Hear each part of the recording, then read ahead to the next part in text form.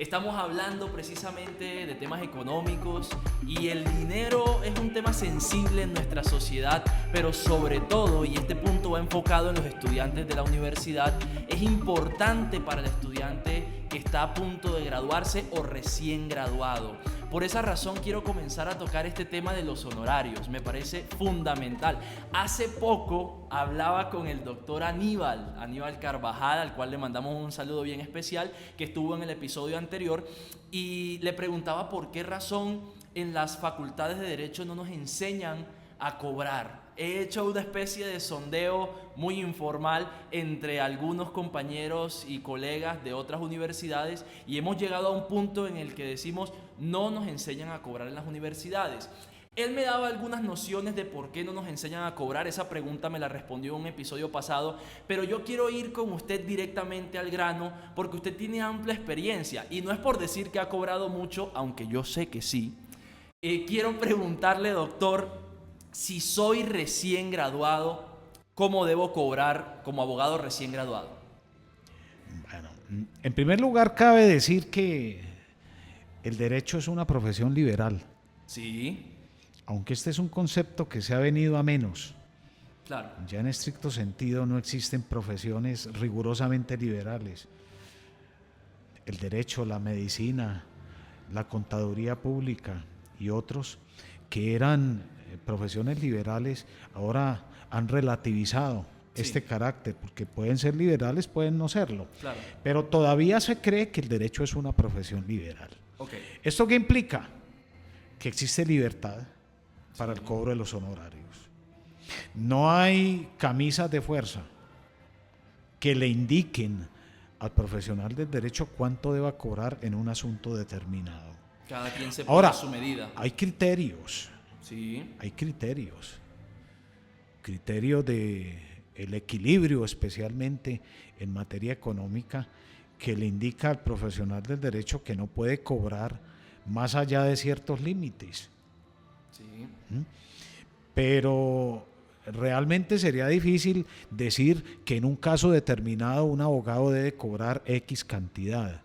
Ahora, nosotros manejamos algunas, llamémoslos tarifas, como las que regula el Colegio Nacional de Abogados, que no son obligatorias, advierto, pero le sirven de guía al abogado. Claro. Yo, por ejemplo, me guío mucho por esas tablas, porque a veces el cliente reclama y le dice al abogado, uy, ¿no estará pidiendo usted demasiado dinero? Y entonces le mostramos me parecen muy altos sus honorarios. Entonces, el cliente siempre busca eso. Claro, claro. Entonces, lo más útil, y este es un consejo, precisamente para esos recién graduados o para quienes están en sus primeros años de ejercicio profesional, que por lo menos hay una guía que son las tarifas del Colegio Nacional de Abogados. Pero repito, no son las únicas. Tampoco el abogado está obligado a ceñirse rigurosamente a esas tablas. Pero me parece que han sido actualizados, me parece que son razonables. Ahora, que ¿por qué no hay una asignatura? Bueno, sería complejo, ¿no? Pues sería difícil una asignatura, pero sí pienso que el estudiante debería recibir alguna orientación, por lo menos alguna guía al respecto, porque que yo sepa, yo no conozco ninguna universidad donde les enseñen a cobrar. Claro. En segundo lugar, pienso que también hay mucho celo. Sí. Hay mucho celo del profesional con experiencia frente al recién egresado, que siempre dice, bueno, ¿por qué tengo que enseñarle a cobrar? Pero también es egoísmo, ¿no? Sí lo hay, pero es algo que se va aprendiendo. Claro. Se va aprendiendo. Sobre la marcha. Lo importante es no cometer el error de regalar el trabajo. Sí, por supuesto. Te hago 2 divorcios por el pago de uno. No, tampoco de esa manera. Y ahorita que mencionaba precisamente que un cliente a veces puede ser quisquilloso y decir no estará cobrando mucho. Cuando un cliente me dice, usted me está cobrando mucho, yo tengo a alguien que me lo hace más barato, ¿qué se hace ahí? ¿Se rebaja para no perder al cliente o se le dice váyase con el otro? Pues depende, ahí lo importante es que el abogado valore su trabajo. Ok, Porque si para mí va a resultar gravoso una reducción del precio, prefiero decirle váyase donde el abogado que le cobra menos. claro. Lo importante es que el abogado tenga certeza de cuánto vale su trabajo. Así es. Pasa mucho en materia penal. Por supuesto, porque siempre habrá un margen de negociación, Sí, pero cuando eso implica pérdidas para el abogado en proporción al valor que él le da a su trabajo, entonces ahí es preferible decirle vaya donde el otro abogado. ¿y cómo le doy valor agregado a mi trabajo? Ahora, ¿cómo se valora el trabajo? Primero en función del tiempo Sí, que va a implicar. claro. El tipo de proceso también es muy importante. La cuantía del proceso. Pero el tiempo, y es algo que habitualmente no valora el abogado. En términos de tiempo, ¿cuánto vale mi trabajo? Hay muchos abogados que cobran por horas, hay otros abogados que cobran por tarifa fija, mensual, hay otros abogados que lo hacen por porcentaje de ganancia o de éxito, que lo he escuchado por ahí. Y ahí hay varias dudas que me surgen. Por ejemplo, el tema de cobrar por horas.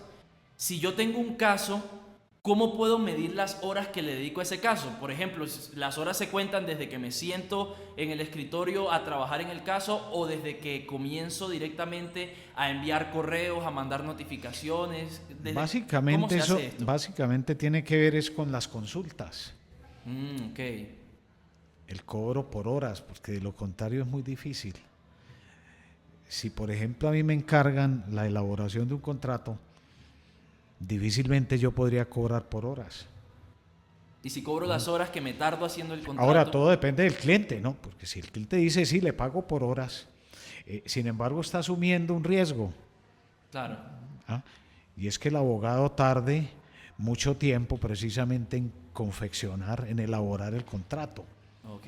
En esos casos preferiblemente se cobra por el resultado. Pero esto es El peligroso contrato también. vale tanto. Entonces se le asigna un valor a ese contrato. Cobrar por el éxito de un proceso, por ejemplo, decirle al cliente, págueme cuando ganemos el caso, es un poco riesgoso para nosotros. Es un riesgo, en ese caso se está negociando la suerte. Imagínense. Yo no lo haría. ¿Cierto que no? Yo no haría porque nosotros somos profesionales de medios, no de resultados. Claro.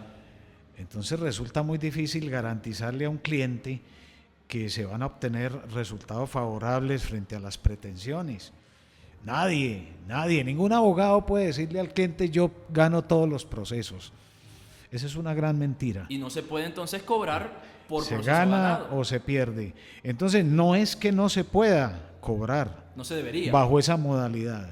No se debería, correcto. No lo haga, compa. Bueno, pasando a otro punto esencial de honorarios, aquí hay que hablar de algo importante y es consultorio jurídico. Este proceso por el que pasamos los estudiantes antes de terminar nuestra carrera y que forja el carácter del estudiante, pero a su vez creo que hay una especie de contradicción o ironía en este asunto, y es que el doctor Aníbal decía, nuestra labor es del apóstol, es un apostolado, porque ayudamos a las personas que necesitan una colaboración, que tienen en peligro sus derechos fundamentales o su patrimonio, y a veces lo hacemos de manera desinteresada, sobre todo en consultorio jurídico, que no se cobra por los casos o por las obras que se hacen en consultorio jurídico. Pero aquí la pregunta sería, ¿usted no cree que consultorio jurídico nos enseña a regalar el trabajo? Bueno, es una labor social la que desarrollan los consultorios jurídicos. Si no lo hicieran los consultorios, seguramente habría otros que podrían realizar esa misma actividad.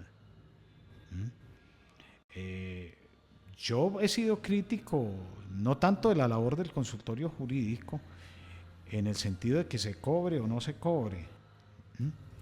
Lo he sido en cuanto al tipo de procesos que le han sido asignados a los consultorios jurídicos, algunos discutibles, no porque sobren los que ya se les han asignado, sino porque al contrario faltan. La labor podría ser mucho más extensa a la que Amplia. actualmente, más amplia, de la que tienen actualmente los consultorios jurídicos. Pero al contrario, el hecho de que no se cobre precisamente por la representación, me parece que merece todo el reconocimiento, ¿no? Porque el Estado tampoco cuenta con las herramientas para sustituir a los consultorios jurídicos. Sí.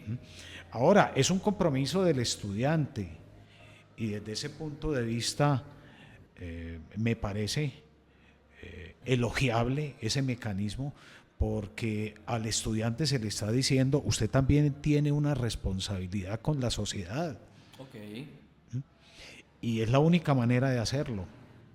Y es un contraste bastante fuerte porque en los últimos años de universidad estoy trabajando gratis, pero el primer año que salgo de la universidad tengo que ingeniármelas para ver cómo voy a cobrar. Es un punto bastante fuerte, pero necesario finalmente.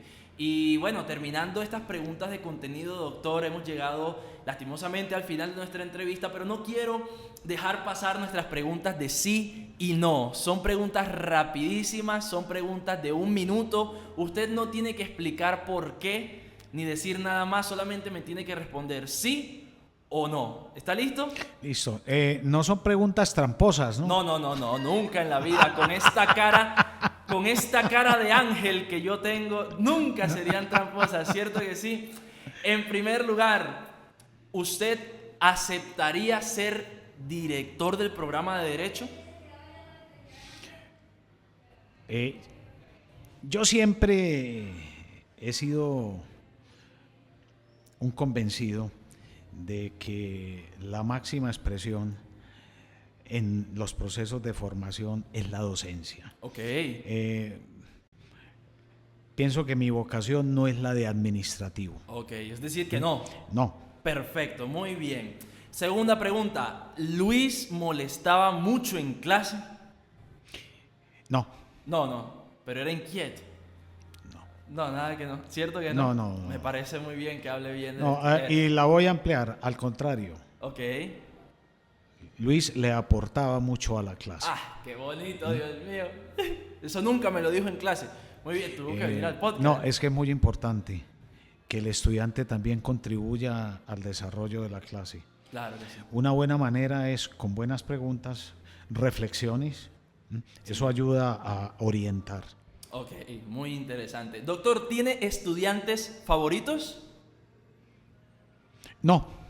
No tiene estudiantes favoritos. Siempre mi comportamiento es tratar de desarrollar las asignaturas o el proceso de formación en una atmósfera lo más equitativa posible. Yo evito. Todo eso. Ahora, es inevitable las simpatías Ok.